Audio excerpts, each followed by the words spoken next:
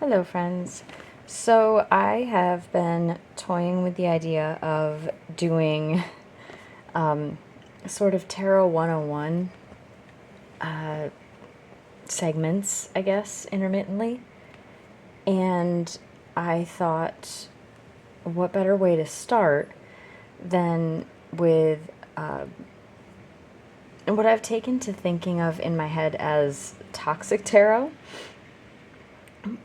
Only because I've noticed that there are very few resources for specifically the major arcana that are not, you know, exclusively light and love and positivity. And while we love light and love and positivity around here, sometimes that's just not what those cards mean. The major arcana is not always, you know, you'll see what I mean. But I've listened to a lot of readings and talked with a lot of my witchy friends, and we've discussed how looking back in our lives when we had gotten particular readings, if we had known that X card or whatever also meant, manipulation, let's say, we might not have thought that that relationship was the way to go.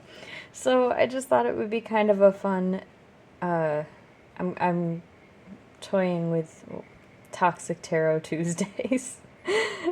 So you'll have to let me know if you like this, what you think, and if you see my obnoxious gray kitty moonstone in the shot, that's because she is physically on me. So yeah, that's what that is. Okay, so I've got a selection of different decks here. I will try really, really hard to remember and track down what they all are and put it in the description in case you want to pursue these decks for your own study.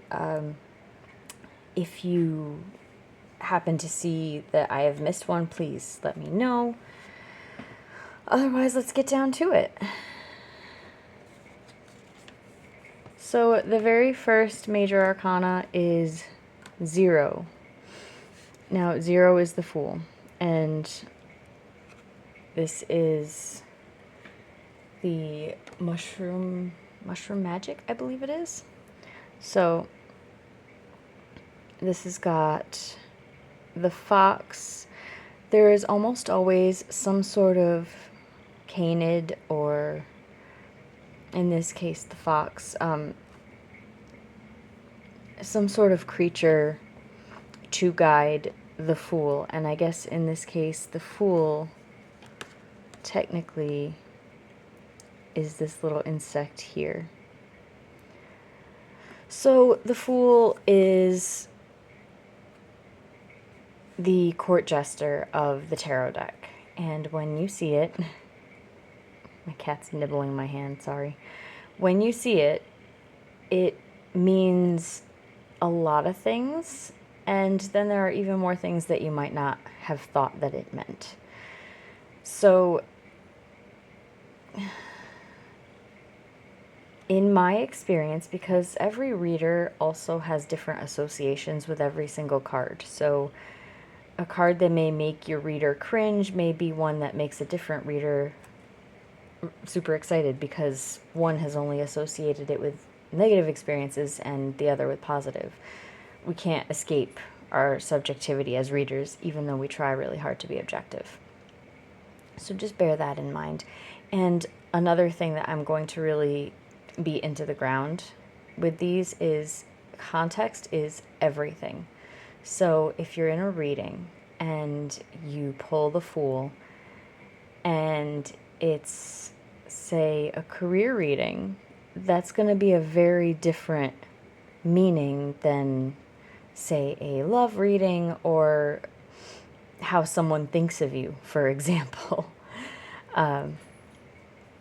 So the Fool is the court jester. And in most of the cards, it's another good example. In most of the cards, you've got some sort of indication that this fool, yeah, there's my cat, that this fool is on a trip here. This is someone setting out, not looking back, setting off on a journey. And in the great mythological cycle of the major arcana of the tarot deck, the Fool is the main character, the intrepid explorer, this is Harry Potter, if you're reading the Harry Potter series. This is Katniss Everdeen, if you're reading the Hunger Games series, or if you're involved in any of those movies. This is the main character who is setting out on the adventure, who hears the hero's call. So you're going to find that sort of symbolism. There is always a figure about to take a leap. There is the precipice of some sort of cliff. There is a figure looking away. This is as close to, this is the traditional Rider-Waite-Smith Fool. So this has got all the inherent symbolism. There's the dog.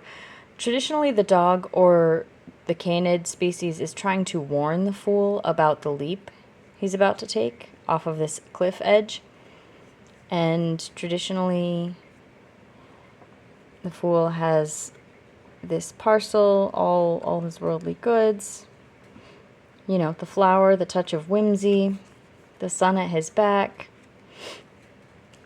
And he's about to take the leap off of this cliff.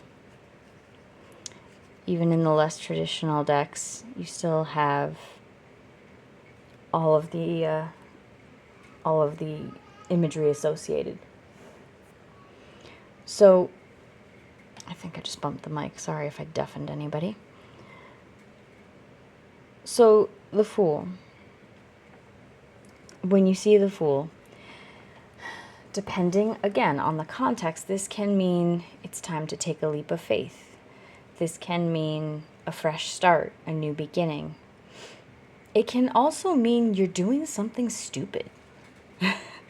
The inherent toxicity, or toxic side, I guess, of the Fool is you might be being stupid. And the tarot may be trying to tell you, hey, this is a dumb move. Don't do that. Again, it's going to depend on what you have in the cards surrounding it. If you have a lot of cards telling you no, you know, cards that tell you no might be Ten of Swords, you know, depending on context, the Devil, Death. These cards are cards that tell us no, and that's why we tend not to like them, because we don't like to be told no.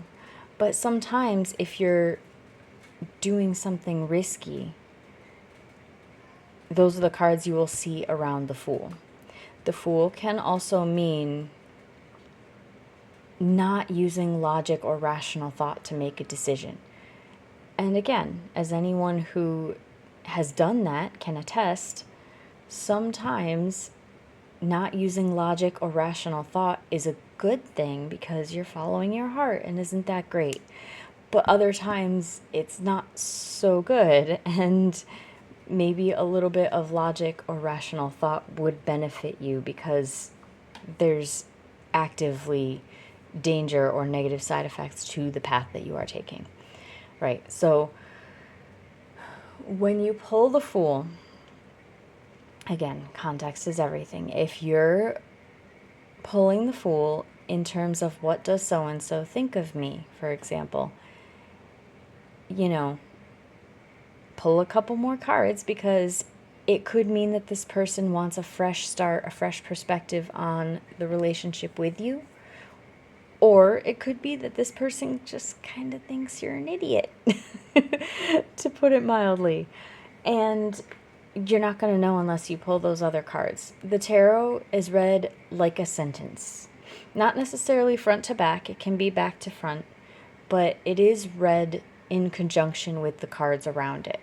So as much as I really like the idea of Toxic Tarot. This itself may be an example of a fool's errand because I can only give you so much of the meaning of each card before it's going to be so dependent on the context provided by the cards around it. Okay, so let's look at each of these. We started to look at this one. This is the Mushroom Magic Tarot deck. And this particular species is Chicken of the Woods.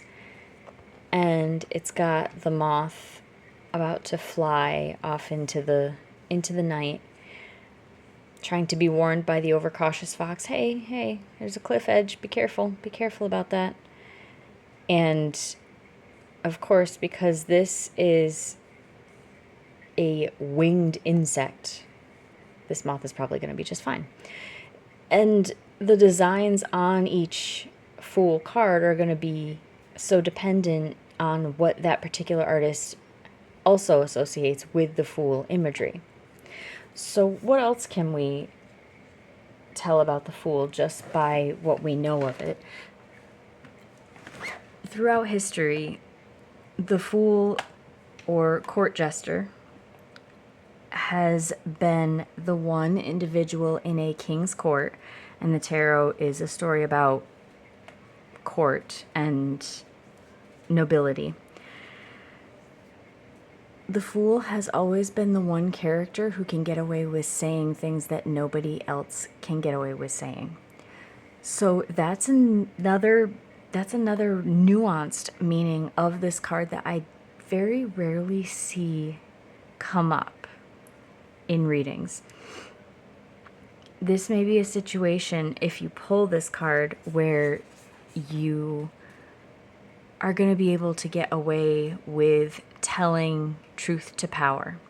That is what court jesters did. They swayed royal policy by telling the king what he needed to hear in a non-confrontational way that made him laugh.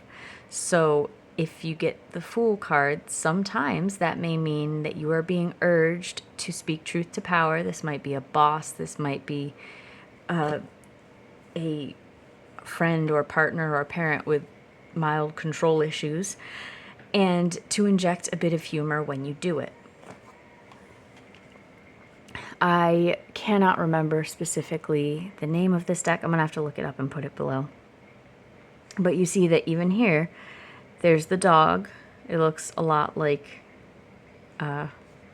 Zero, honestly.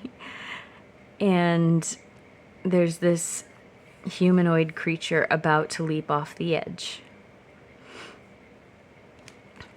And it's interesting, too, because these two have lunar associations with the moon.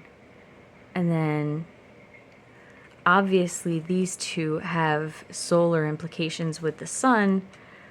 So, make of that what you will. That also is really just truly dependent on the artist and the artist's associations. Right.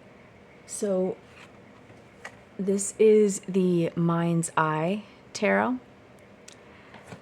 And they've notably made this a feminine-leaning presenting individual, and there's no dog, there's no fox, there's nothing looking like it's trying to warn the Fool about the risk she's about to take. So there's some eyes, but that's really all you've got here, and that's very interesting. So it kind of speaks to the artist's interpretation of the Fool. I guess you could interpret this as her only warning, maybe smoke signals from this psychedelic looking flower.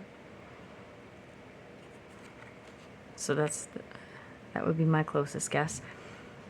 And then this is the closest we have to an actual traditional Fool as we would have seen in, traditional tarot. All the imagery is here. The dog, the cliff, the flower, the sun, and the pack on his back. And what's nice about this is it's not really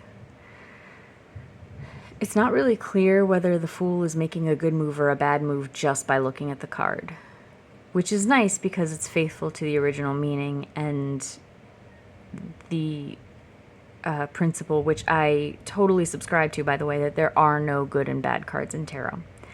There are cards that are more apt to tell you no or not right now, and there are cards that are more apt to tell you yes.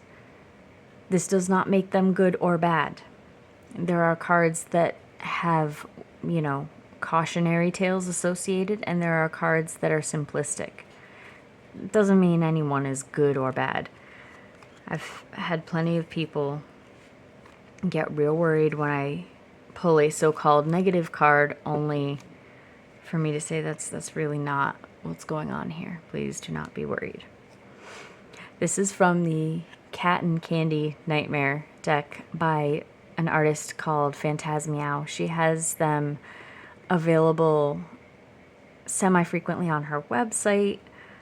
I believe her Instagram is the only way to access that. But even here, what's interesting here is you have kind of the moon and the sun, and then this amazing ball of yarn that's leading off into the horizon. So there's no warning on this one either, but there is the ball of yarn. Where does it lead? We don't know. Will she ever, get to the end of it? We also don't know.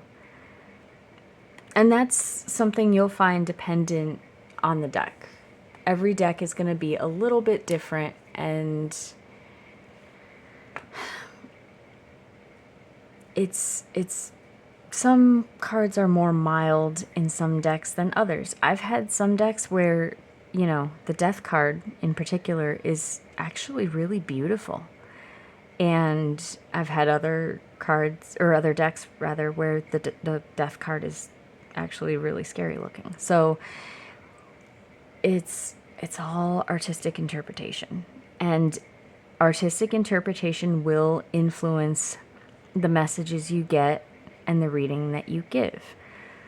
So if I read with any one of these decks and I pull the Fool, I'm going to have a different piece of advice to give somebody, because each one is going to speak to me differently on an intuitive level and on a symbolic level, because there's just different associations I make on site. So if this is truly a Tarot 101 course, that's a pretty major principle to understand beyond the little white book that comes with the tarot deck, is that in order to properly understand the card, not only do you need context of the surrounding cards, but you need to really make your own associations based on the symbolism you see and based on what it tells you, that nagging little thing that you don't know why it tells you to think of fish, but you think of fish and you say that, and that ends up meaning the world to somebody. A perfect example of this is I had been doing readings for people for a whole day, and for some reason, the deck that I was using, I saw the Eight of Cups, when in reality, it was, I don't know, the 6 or 7 of Cups. And so I was giving readings using the 8 of Cup meaning when it was really the 6 or 7 of Cup card. And I had no idea I was even doing it. But I had so many people come up to me or reach out to me after that and say, that was exactly what you said about the 8 of Cups, that resonated so much. And I don't think they said the 8 of Cups, but, what specifically you said at that part resonated so much and was exactly what I needed to hear. So, if you make flub ups like that, that's your intuition telling you, this is what that means. Even if factually it's wrong, you may be giving someone an important message that they really just need. So that is kind of the comprehensive read on the Fool. If you do pull the Fool reversed, I am not very well versed in reversals because for a very long time I didn't use them. I have started to branch out and use them. The way I interpret the Fool reversed is it is not a time to take a leap of faith. It is a time to exercise caution and restraint, to maybe pay heed to that little dog there if you see him, and to play it safe for the time being, play it close to the chest, you know, lean on that logic and rational thought, especially depending on what's around, what cards are around. If I see the King of Swords, then that's going to reinforce that. So I don't know, this was a fun little experiment. Please let me know if you like it. If you want me to do more of these, there's a whole major arcana for me to get through if you would like me to. You know, comment down below, like, share the video, subscribe if you feel like it, and I'll see you all in the next one.